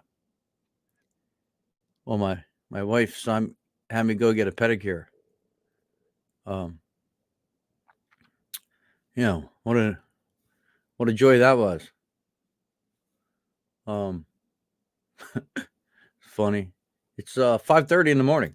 Yeah, I'm a little off this morning, man. I just don't my mind's kind of all over the place. Got a lot of shit coming up. Yeah, it was pretty relaxing. I guess she wanted my feet to look good on the cruise or something. I don't know. But yeah, I mean, they're nice people in there.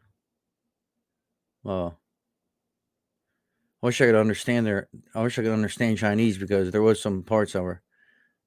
They got a little excited at each other, and I wish I knew what they were saying. That would have been very interesting.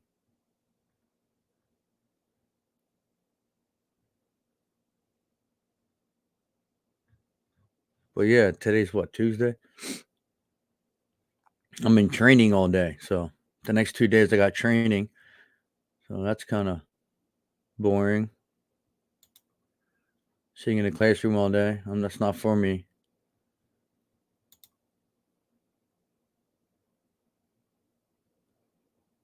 Trying to look for another video here. I got some up here. I just want to see which one I want.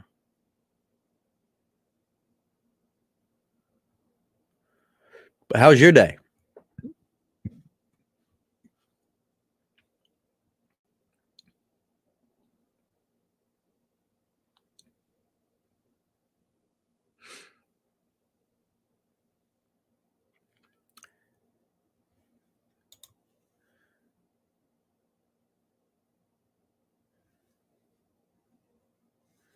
Well, it's not about being weak, but the damage is already done. Okay, so you just said it yourself. The damage is done. Now we move on. Right? The damage is done. Now you're thinking the damage is done. Now you're done. No, now the damage is done. So now you accept the damage, right? And then, we move on from it. But the damage isn't done, because the damage is still damaging you. So it's not done. It might be over in reality, but it's still bothering you every day. So it's not done. It's still there. You know what I mean? You got to find a way to get it all done. Learn to accept and learn to move on from it, right?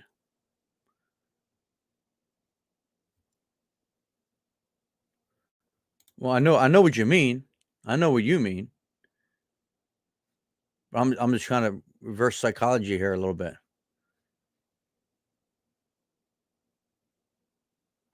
Or what damage? Maybe I don't know what you mean. What damage are you talking about?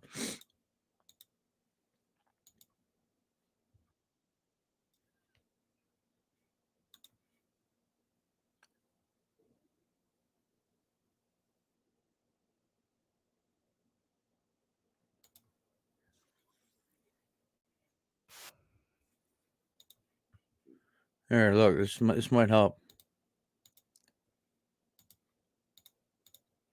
See where this goes. But sometimes it is letting go. To achieve the possible, we must attempt the impossible again and again. Knowledge can be communicated, but not wisdom. You can find it, live it, and you can listen to these quotes by Hermann Hesse to learn how to communicate and teach true life wisdom. Love your suffering. Do not resist it. Do not flee from it. It is only your aversion to it that hurts. Nothing else. Faith and doubt go hand in hand. They are complementaries. One who never doubts will never truly believe. Youth ends when egotism does. Maturity begins when one lives for others. Theory is knowledge that doesn't work. Practice is when everything works, and you don't know why.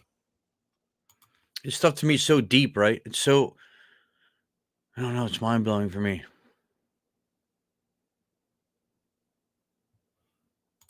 What actions? What do you mean from earlier? Earlier on here? Earlier in life? What do you mean? When you like someone, you like them in spite of their faults. When you love someone, you love them with their faults. There you go. When you like someone, you like them in spite of their faults. When you love someone, you love them with their fault. I mean, you really gotta love the person, right? Loneliness is the way by which destiny and There's nothing to be sorry about. You don't need to change anything. You were just saying how you felt. We're fine with that. I'd rather you tell us the truth, right? endeavors to lead man to himself. Fate and character are different names for the same idea. Only the thoughts that we live have value.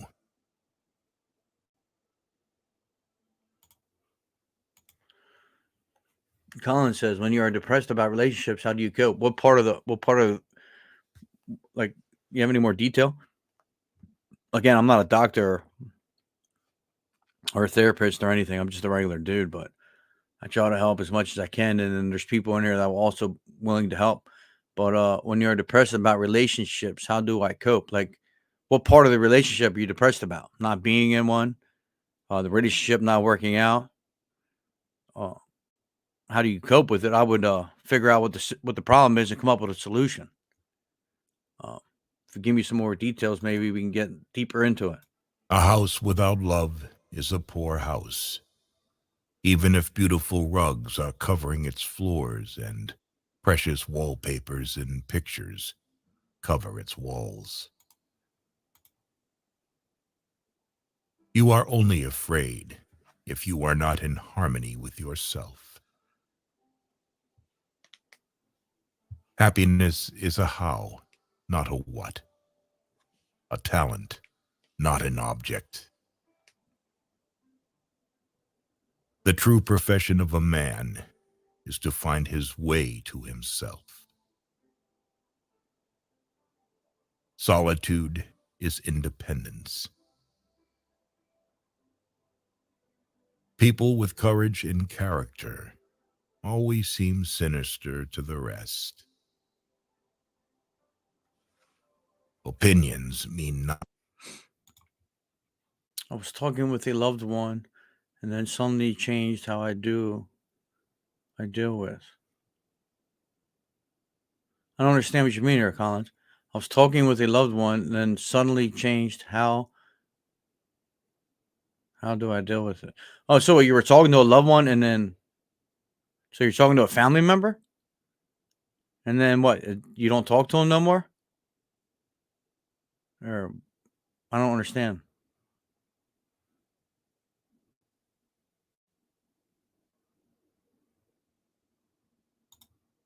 Nothing.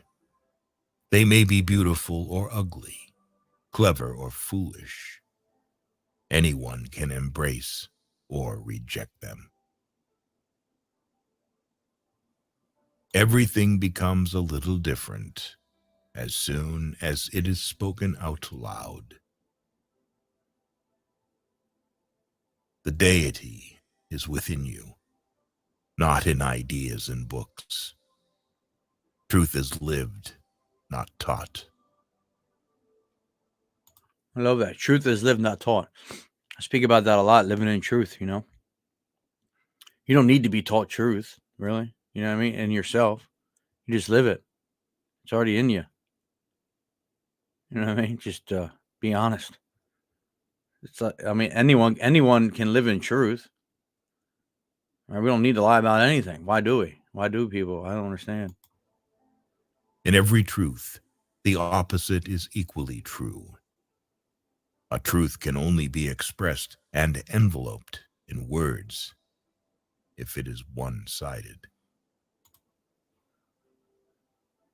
A higher humor begins with ceasing to take oneself seriously. What do you mean you made a decision?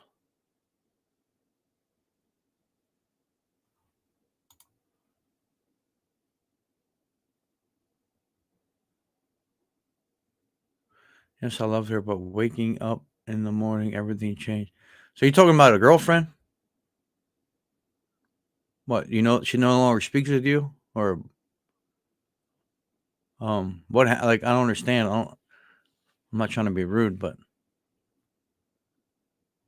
I mean, yes, I loved her, but waking up in the morning, everything changed.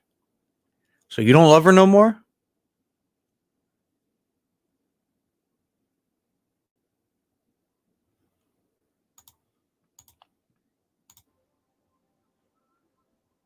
Each man's life represents a road towards himself, an attempt at such a road, the intimation of a path.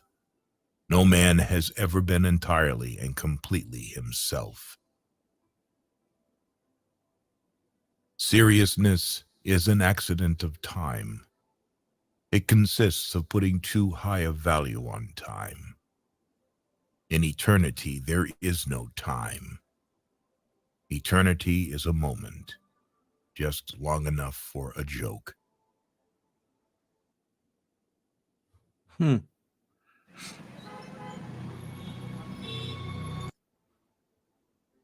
Everyone can reach his goal if he can think, dream, and wait.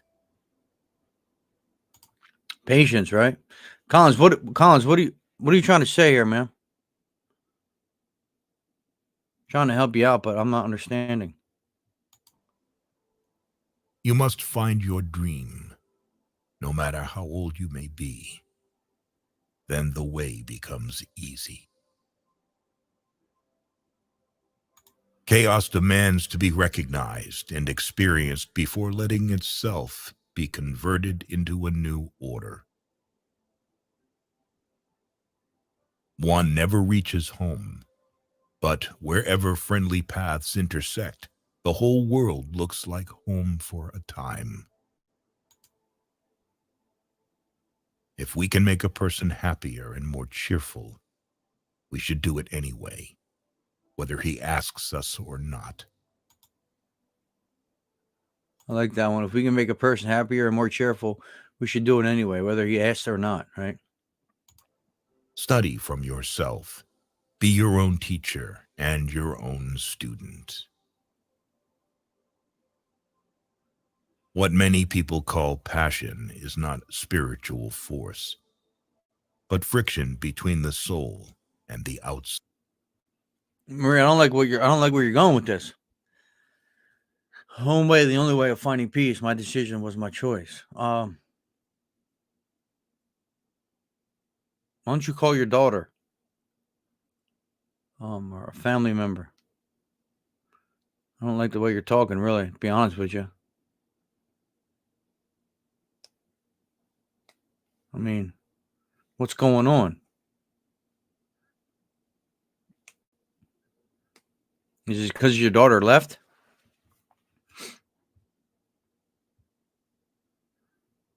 She's going to be back, right? Side world. Those who cannot think or take responsibility for themselves need and clamor for a leader. You should not make a gift for yourself. You are too expensive. I'm going to message you once I get off here. If there's anything I can do for you, just let me know. I'm not sure exactly what's going on. Expensive. You must be one. We can understand one another, but each of us can only interpret ourselves.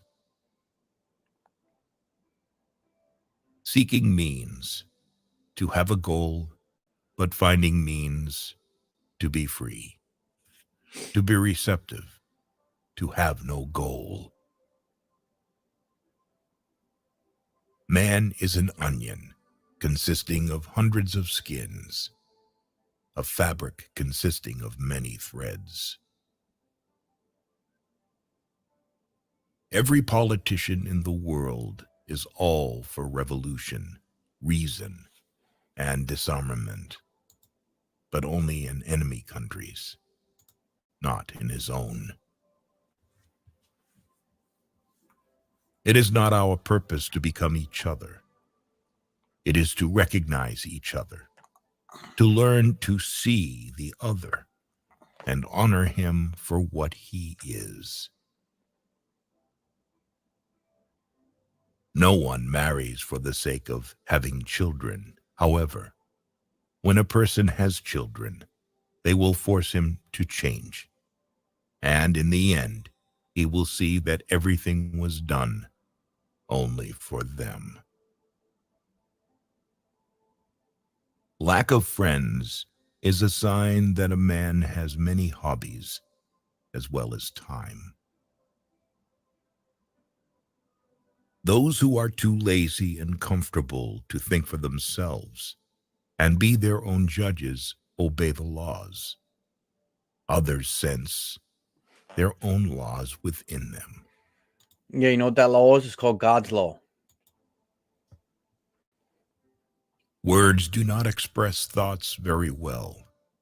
They always become a little different immediately after they are expressed, a little distorted, a little foolish. So think more and talk less. That's so true. You know, we're talking about this. What the hell? We have collected these quotes by an author. We were talking about that the other day. Words do not express thoughts very well. All right, so what you're thinking in anger, let's just say I'm in an angry state of mind. So words do not express your thoughts. So they're always become a little different immediately after they are expressed. A little distorted, a little foolish. So think more, talk less. So, you know, sometimes we react with words instead of just taking a minute to soak it in and then addressing the situation. You know, to me, that's not shutting down. To me, that's just getting out what you really mean, you know, and then without regret, because what happens is when you talk more and think less, you create more problems. So when you think more and talk less, it's a better outcome, in my opinion. Maria, how you doing? You all right or what? Got me a little worried here. I think I'm not sure exactly what's going on, but you got to keep going. You know what I mean? I know it's tough. We have spoken before, but I think it's now a great opportunity to work on yourself, you know?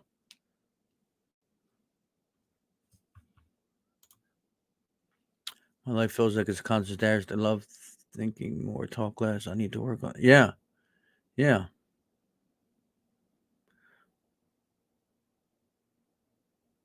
What, what's a disaster right now, Bar? Like, disaster is a pretty big word. I mean, maybe mess. I mean, disaster is pretty. Think of like a messy room, you know. A disaster is like I'm thinking like tornado, hurricane. Ain't that bad, is it? Nothing we can't overcome, right? All things come to an end, good or bad.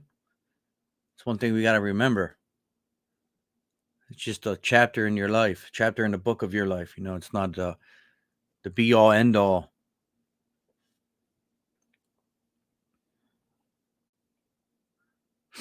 Yeah, we all have things to work on. None of us are perfect. None of us ever will be perfect. There's always going to be room to grow.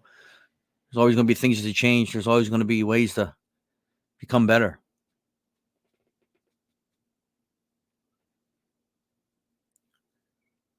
That's life, right?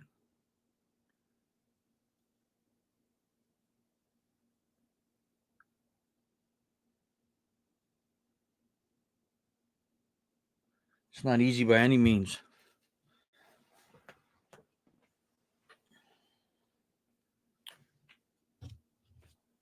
Miss Collins, are you still here? You got any more information? I got a couple more minutes left, and I got to roll. I got to be at work early today. Well, I appreciate you guys being here, man. Maria, I hope you're all right.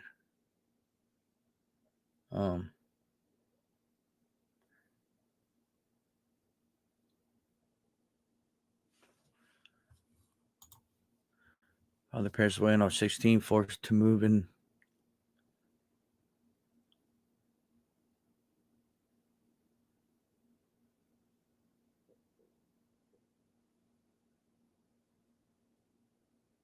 Oh man. Well,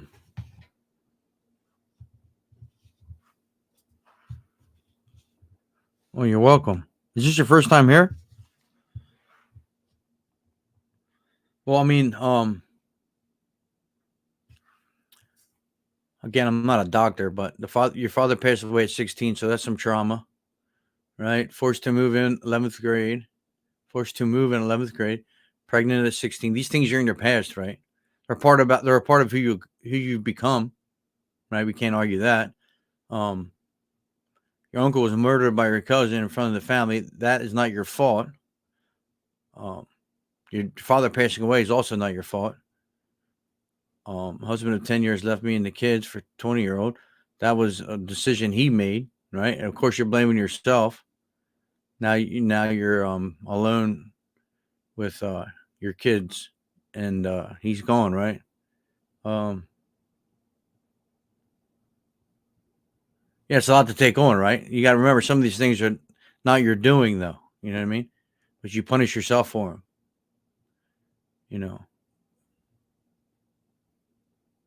Why did your husband make that decision? Who knows, right? I'm sure you're wondering why.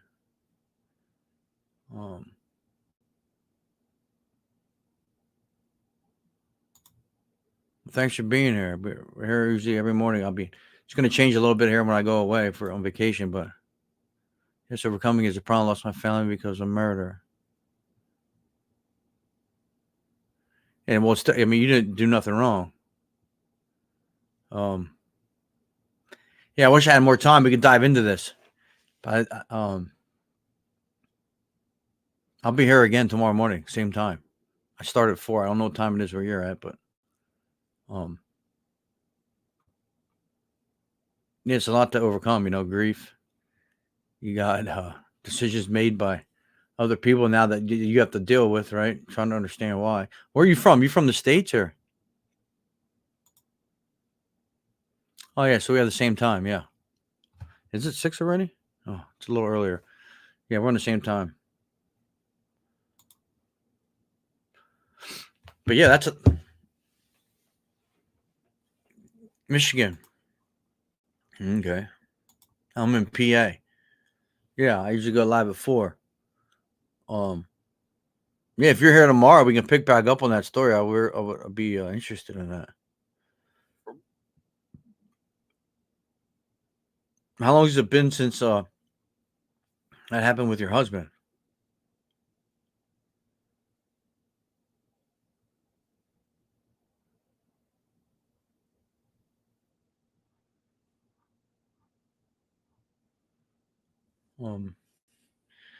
Yeah, it's a lot to take on. Do you guys get notifications when I go live? How's that work?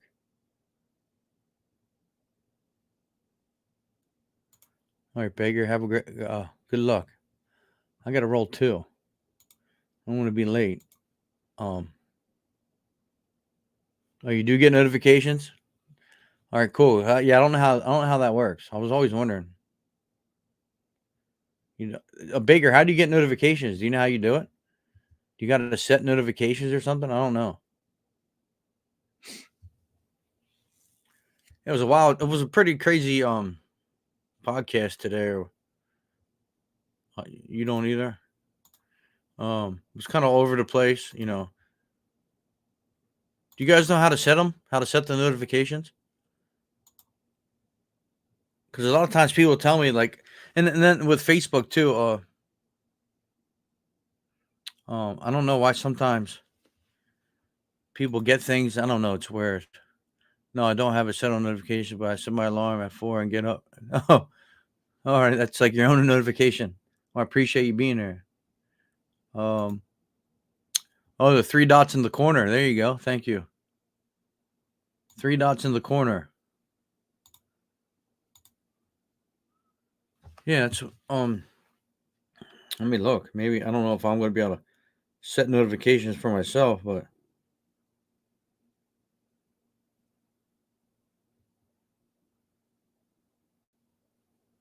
I can't.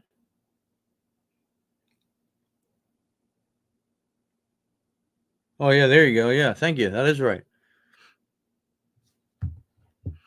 Yeah, set notifications. You go to the live, right? Where we're at now, and you go down to that, and then you go up to the 3 dots, and it will say get notified about this post. I'm pretty sure that's how you do it. Now that she said that, I appreciate that. Yeah, because a lot of people, some people like will tell me like, "Hey, did you go live yesterday or this morning?" And it's like, "Yeah." Oh, I didn't see you. So I don't know how Facebook works, man. It's been like, it's been all right, yeah, there you go.